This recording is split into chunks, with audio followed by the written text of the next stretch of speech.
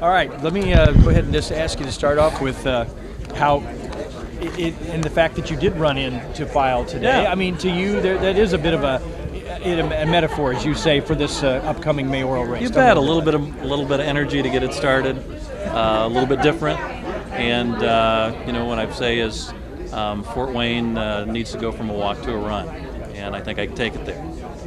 How about biggest challenge you see in this race?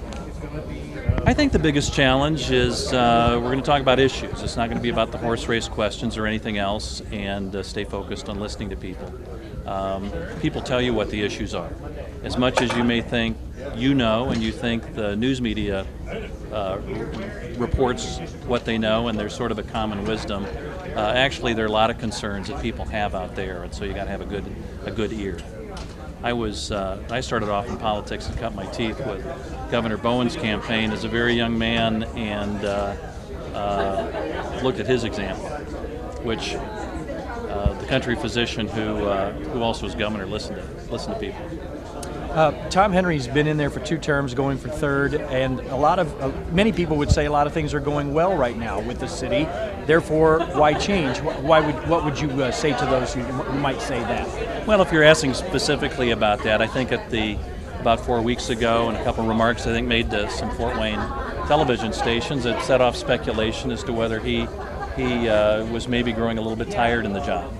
And after 8 years, I think energy levels flag a little bit, and it's time to take a new approach.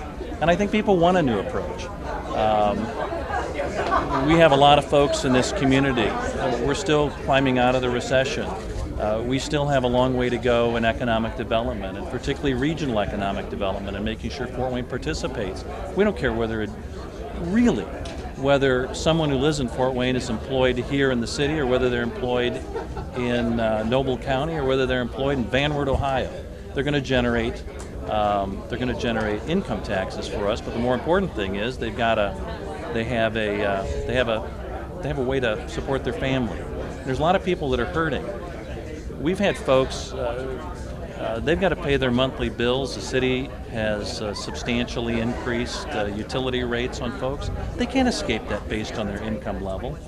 And any property tax levy increases, and the point that I made and Councilman Yale made and others was that the last levy increase, which I voted against, it falls on people with homes under $90,000. Other folks are at the tax caps. Each successive property tax increase hits folks of modest means.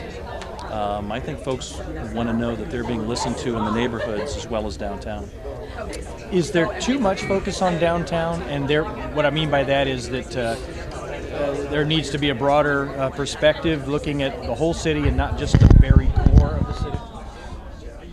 I served in the legislature and represented a large portion of the city of Fort Wayne there, cut across jurisdictional boundaries. Interestingly, I ran for city council. None of my council district overlaps with any part of my old legislative district. So you get that perspective across neighborhoods. I was urban affairs chairman when I was in the General Assembly. I was also asked to be on the agriculture committee. No one from Allen County has been on the agriculture committee for 20 years. And we're still the largest agricultural producer in the state of Indiana. But as urban affairs chairman, many of the things that the Bill Hudnut administration got through, the enabling legislation that led to the large part of what we've seen in downtown Indianapolis, came through the committee. We modified it, we made changes, and we championed a lot of it. I've been through that process. You reach a critical mass, but you can never take your eye off what's going on with the neighborhoods. Money, as it relates to raising money for this race. Sure. Henry has a kind of a head start. How much money do you need to raise, and is it something that's going to be difficult to do in order to compete well?